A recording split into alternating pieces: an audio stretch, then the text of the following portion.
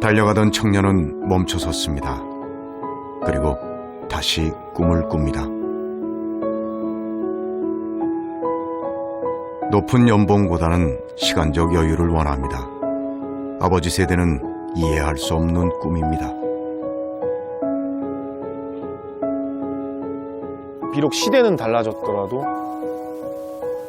그때 청년의 마음을 지금의 시대상과 연관시켜서 한번 이해하신다면 좋을 것 같아요.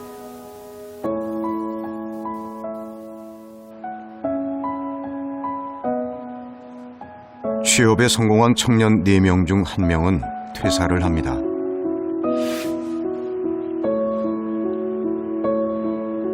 이런 취업난 속의 퇴사라니 알 것 같으면서도 완전히 이해가 되지는 않습니다. 너무 못 버티는 건 아닐까요?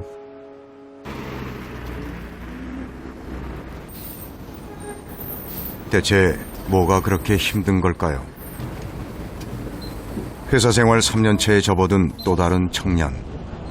힘겨운 취업 준비에 높은 경쟁을 뚫어야 했던 요즘 청년입니다.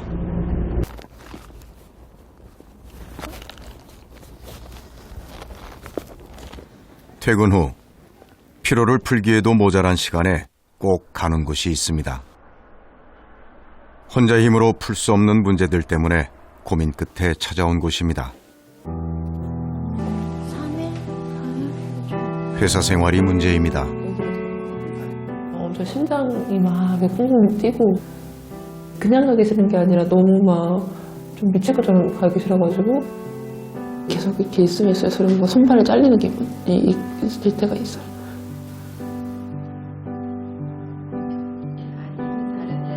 원하던 회사에 들어갔고 누구보다 열심히 일했습니다. 참고 견디면 좋아질 줄 알았습니다. 그런데 언제부턴가 모든 것이 혼란스러워졌습니다. 이렇게 하면은 분명히 회사에 손실을 끼쳐요. 뭔가 말을 해야 되는데 아무도 위해서 말을 안 하는 거죠.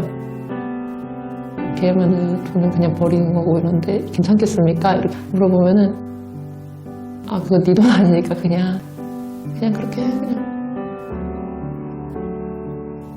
그냥 내 하는 거예요. 그것도 완전 성명하복이긴 해요. 반론할 수 없죠. 반론해가지고 안 좋은 경우도 많이 봤으니까. 회사에서 받는 월급이 뭐 지금 욕 듣는 거, 짜증내는 거 뭐 이런 거 다 포함한 것이라고. 참으려면 진짜 눈 닫고 귀 닫고 참는 사람이 정말 많긴 해요. 참을 수는 있을 것 같아요. 근데 그게 그러니까 이 삶이 맞는 삶인가? 이제까지 뭐 저희가 어떻게 보면은 기성세대보다 더 많은 걸 좀 보고 배워서 자란 세대라서 뭐 그럴 수도 있겠지만은 이 삶을 더 이상 참아도 괜찮은 삶인가 싶어요. 참고 사는 거라고 많이들 얘기했을 겁니다. 그러나 견디면 해결될 문제가 아니라고 청년들은 말합니다. 어떤 조직의 부속품처럼 느껴지는 경우가 많았죠. 있는 게 뭔가 나아가는 게 아니라 뒤로 가는 느낌. 여기가 그러니까 내 평생을 책임져주는 곳이 아니니까 분명 그래서 더 불안한 것 같아요.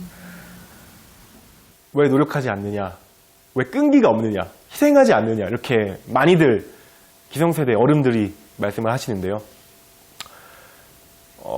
시대적 상황이 많이 달라졌어요. 회사가 성장하니까 내가 승진하고 연봉이 올라가고 좋은 직급, 직책을 많이 얻게 되고 그 부분에서 나랑 동일시하는 거죠. 기업의 성장과 자신의 성장을 동일시하는데 저희는 지금은 이제 내가 뭔가를 하고 있구나. 내가 어떤 걸 만들고 있구나. 가치를 추구하고 있구나. 이런 생각을 전혀 못 갖는 거예요. 끝이 없는 고속 성장의 시대를 달려왔습니다. 지난 1, 4분기에 우리 경제는 수출이 계속 잘 되고 기업들의 설비 투자가 늘어남에 따라 15.6%의 고도 성장을 이룩한 것으로 나타났습니다. 올 상반기의 경제 성장률이 80년대 들어서 가장 높은 것으로 나타났습니다. 사상 최고의 호황을 향해서 계속 상승세를 타고 있는 것으로 나타났습니다. 빠른 성장은 모두에게 큰 혜택을 주었습니다. 하지만 계속될 것 같던 고속 성장은 멈췄습니다. 앞만 보고 달리던 사회가 급격히 변하기 시작했습니다.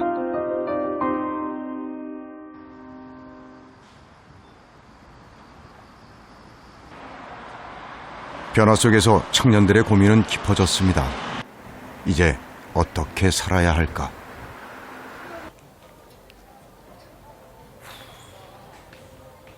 거리를 배회하는 것처럼 보이지만 이 청년은 외근 중입니다.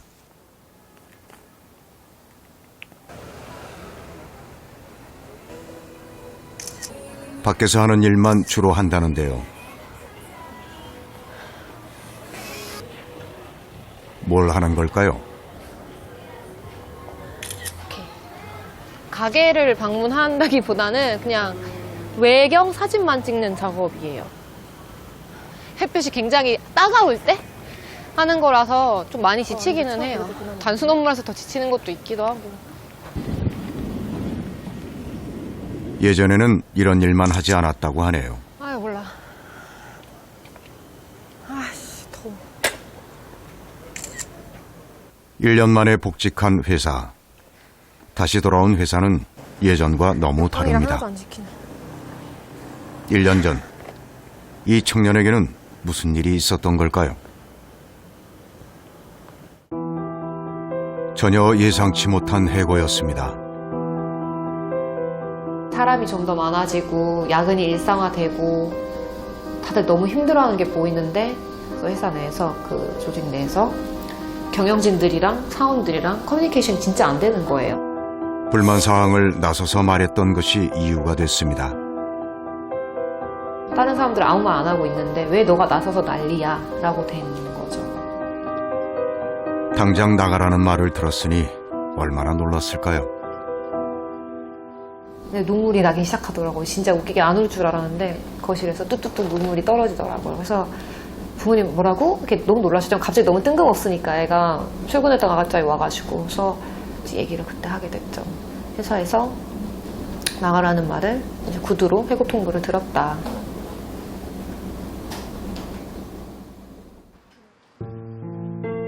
받아들일 수 없었습니다. 부당해고 소송을 시작했습니다. 부당해고 판결을 받았지만 복직은 이루어지지 않았습니다. 한다. 원직에 복직시키고. 해고도 힘든 상황인데 소송이라니요. 28. 감당하기 힘든 날들이 시작됐습니다.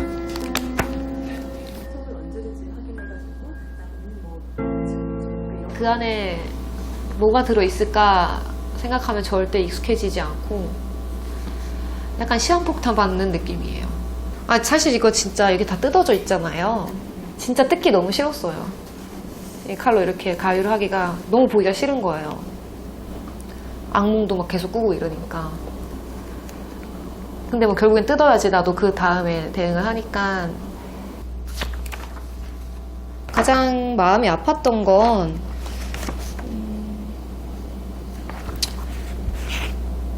그러니까 뭐 제가 뭐 직접적으로 맡아서 했던 일들이나 그런 거에 대해서 제가 소홀했다고 뭐 판단하거나 마치 그거를 자기가 이게 진술서를 쓴 사람이 주도하는 일이었는데 뭐 제가 망쳐놨다는 등에 있지도 않은 사실을 이렇게 써놨다는 점.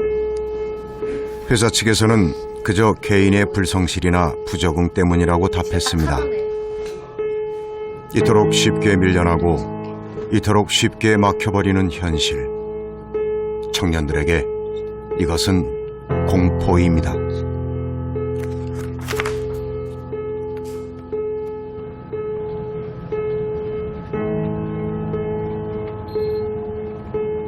더 힘든 건 부모님을 생각할 때입니다. 어머니가 이제 약속이 있어서 밖에 나갔을 때 이제 점심시간 되면은 이제 회사원들이 사원증을 목에 걸고 왔다 갔다 하잖아요. 그 모습을 볼 때마다 집에서 있는 제가 계속 생각이 나서 되게 가슴이 아팠대요. 내 딸도 사원증 지금 걸고 한창 일하고 있을 나이.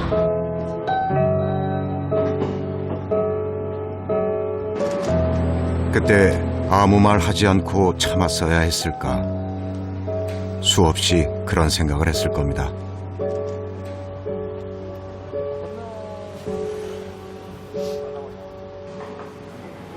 해고를 당한 후 새롭게 알게 된 건 이런 일을 겪은 사람들이 의외로 많다는 사실입니다. 힘겨운 과정을 똑같이 겪어보았기에 누구보다 위로가 되는 사람들이기도 하죠. 이맘때쯤이면 당연히 해결될 줄 알았는데 작년 11월부터 5개월 됐네요. 네. 빨리 좋은 소식을 전해드릴게요. 저도 진짜 그러고 싶고. 근데 아마 이번 달에는 그래도 다 끝날 거예요. 제 생각으로. 네. 소송을 도와주었던 지인을 만나자 이래저래 할 말이 많아집니다. 저번 주 금요일 날 제 학교 후배도 부당해고 당한 거예요. 어디서 일했는데요? 컨텐츠도 되게 잘 만드는 유명한 데예요. 네네. 근데 그 친구가 말하기를 자기가 있는 1년 반 동안 40명이 넘게 나갔대요. 그러면 약간 사이즈가 보이잖아요. 어떤 회사인들. 그래서 그래도 자기가 이런 일 당해가지고 언니가 겪은 게 그 정도인지 자도 이제 알았다고 막 이런 얘기 하면서 막 노무사 어쩌고 얘기하다가 코치한 대로 그때 예전에 철우님이 저한테 해주셨던 것처럼 그냥 그렇게 알려주고 있단 말았어요. 이런 일이 비일비재하네요. 너무 심한. 부당해고가 이렇게 많다는 걸 또 한 번 느낍니다. 근데 그러니까 뭐라고 해야 되지? 제가 사실은 한국 사회에서 제가 저 혼자만 느끼는 건 아니라고 생각을 해요. 여러 가지 문제점들이 좀 많잖아요. 눈에 보이는 것들이 얘기하자면 한두 끝도 없고 무서워서 말도 못하겠고 그런 걸 봤을 때 내가 과연 행복해졌을까 또 생각했을 때 아닐 것 같고 만약 내가 결혼을 하고 자식을 낳는다면 더 걱정이 되는 그런 게 있어서 상상조차 해본 적 없는 낯선 상황을 겪으면서 많은 것이 달라졌습니다. 어렸을 때부터 가고 싶었던 학교, 과도 다 갔고 그 안에서도 좋은 성적, 수속도 해봤고 막 이런 식으로 따따따따 됐는데 시험 문제가 닥쳤는데 더 힘든 거예요. 근데 시험을 했는데 더 힘든 거죠. 부당해고를 또 당했고 비단 나만의 문제가 아니고 알아보니까 철우님도 있었고 이번에 또 제 친구 또 부장님도 똑같은 일을 당하는데 이게 들리기 시작하니까 너무 많은 거예요. 그런 일을 겪은 게. 근데 우리 사회는 그냥 그게 덮어졌던 거죠. 그러니까 진짜 부품이구나. 인간으로서 존중받지 못하는 그런 구조가 너무 눈에 보이는구나.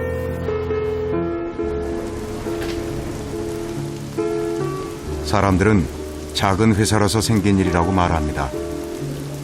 하지만 젊은 친구들이 모여가지고 각자 창의적이게 하고 싶은 거 하면서 되게 재밌게 다닐 수 있는 회사야라고 생각해요. 월급은 적어도 서로 소통하며 같이 성장할 수 있을 거라 기대했습니다. 문제를 제기하자 돌아온 건 해고였습니다. 기대는 무너졌습니다.